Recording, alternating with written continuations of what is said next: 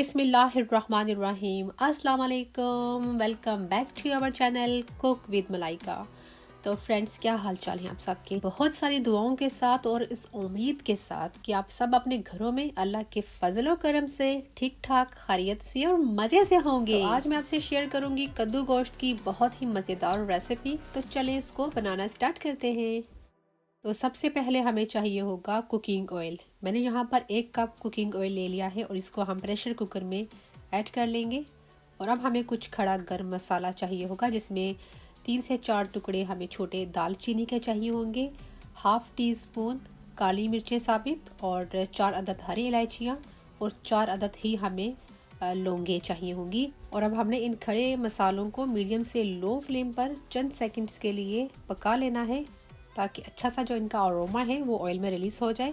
2 छोटे साइज़ के स्लाइस किए हुए प्याज और होल गार्लिक जो है वो मैंने लेकर उसको पील कर लिया है, साबित ही हमें चाहिए होगा। और अब हमने इकट्ठे इन दोनों चीज़ों को ऑयल में शामिल कर लेना है, अच्छे से मिक्स कर लेना है। और अब हमने इसको लो टू मीडियम फ्लेम पर इसको गोल्डन ब्राउन होने तक पकने देना है।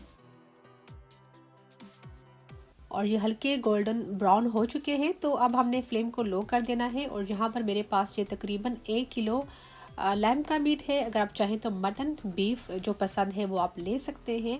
विद बोन है और अच्छे से मैंने इसको वॉश भी कर लिया है। इसके जो पीस है मैंने इतने बड़े नहीं रखे, छोटे मीडियम साइज़ के इसके पीस रखे हैं। और अब हम गोश्त को प्याज़ों में शामिल कर लेंगे और अच्छे से इसको हमने मिक्स कर लेना है। अब हम इसमें शामिल कर लेंगे पिसा हुआ अदरक, 1 टेबलस्पून भरकर है ये। और लहसुन जो था हमने पहले ही शुरू में ऐड कर लिया था साबित, तो अब हमने सिर्फ जिंजर ही इसमें डालना है। ठीक है, अच्छे से इसको मिक्स कर लेना है। तो अब इसमें जाएंगे टमाटर। और टमाटर जो है अगर आप चाहें तो साबित भी डाल सकते हैं, या इस तरह दरमियान से काट कर 2 पीस करके आप डाल सकते हैं। तकरीबन 3 अदद टमाटर इसमें हम ऐड करेंगे। 1 टेबलस्पून भरकर खुश धनिए का पाउडर, 1 टीस्पून लाल मिर्चों का पाउडर, हाफ टी स्पून हल्दी पाउडर और 1 टीस्पून नमक जाएगा या टेस्ट के मुताबिक। और अच्छे से इसको मिक्स कर लेंगे।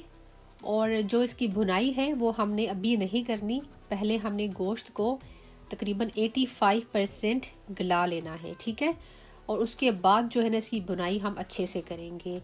इसमें हमने जो टमाटर, साबित लहसुन, प्याज जो शामिल किया है वो सब चीज़ें अच्छे से गोश्त के साथ गल जाएंगी। और अब हमने इसमें शामिल करना है पानी। मैं इसको प्रेशर कुकर में पका रही हूँ, तो मैं उस हिसाब से इसमें पानी शामिल कर रही हूँ।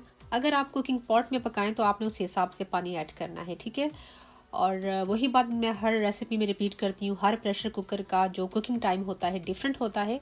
और जो ये मेरा प्रेशर कुकर है ये बहुत ही कम टाइम में और थोड़े से पानी में ना गोश्त को बहुत ही जल्दी से गला देता है।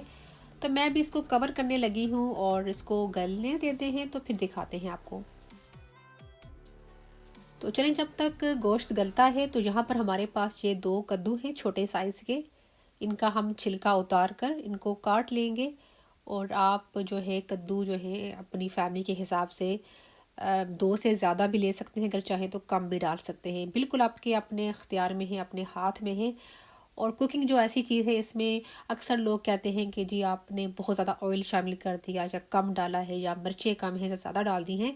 मिर्चें, ऑयल, सब्जियां, ठीक है, ये आपके अपने इख्तियार में है। आप इसकी जो मिकदार है इसको ज़्यादा या कम कर सकते हैं, आपके अपने टेस्ट के ऊपर है बेसिकली। ठीक है, मेन चीज़ होती है रेसिपी को अंडरस्टैंड करना। रेसिपी को हमने किस तरीके से बनाया है वो हमें समझ आनी चाहिए। बाकी चीज़ें जो है ना बंदा आगे पीछे कर सकता है।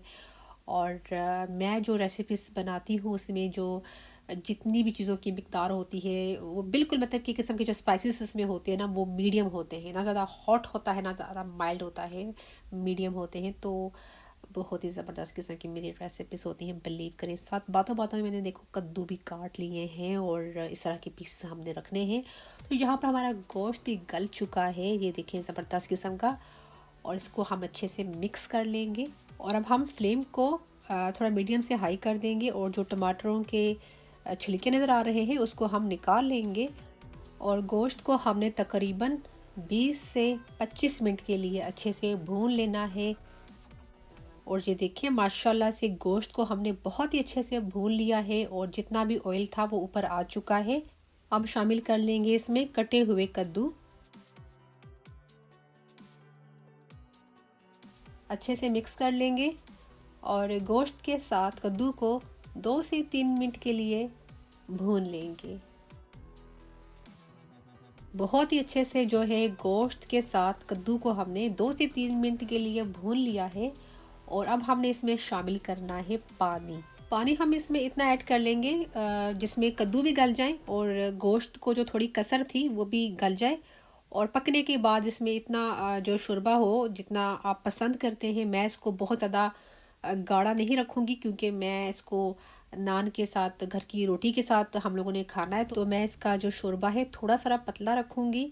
अगर आप बहुत गाढ़ा शोरबा पसंद करते हैं तो आपने पानी इसमें कम शामिल करना है। और अब हम इसको कवर करके गलने देंगे और इसके बाद दिखाते हैं आपको। तो चले चेक कर लेते हैं। माशाल्लाह माशाल्लाह माशाल्लाह, क्या खूबसूरत लुक है। माशाल्लाह ज़बरदस्त, बहुत ही प्यारी, बहुत ही बेहतरीन किस्म की खुशबू आ रही है। और आप इसका कलर देखें। चलें आपको गोश्त चेक करवा देते हैं। गोश्त जो है माशाल्लाह से बहुत सॉफ्ट, बहुत नरम, बहुत ही अच्छे से गला हुआ है। मज़ेदार। में शामिल कर लेंगे 1 टेबल स्पून भरकर घर का पिसा हुआ गरम मसाला पाउडर। मैंने सिखाया है, इसकी रेसिपी मेरे चैनल पर मौजूद है। और फ्रेश कटा हुआ हरा धनिया और मोटी हरी मिर्चें। एक हरी मिर्च को मैंने कट लगा दिया है, बाकी मैंने साबित ही रहने दी हैं। अच्छे से इसको मिक्स कर लेंगे।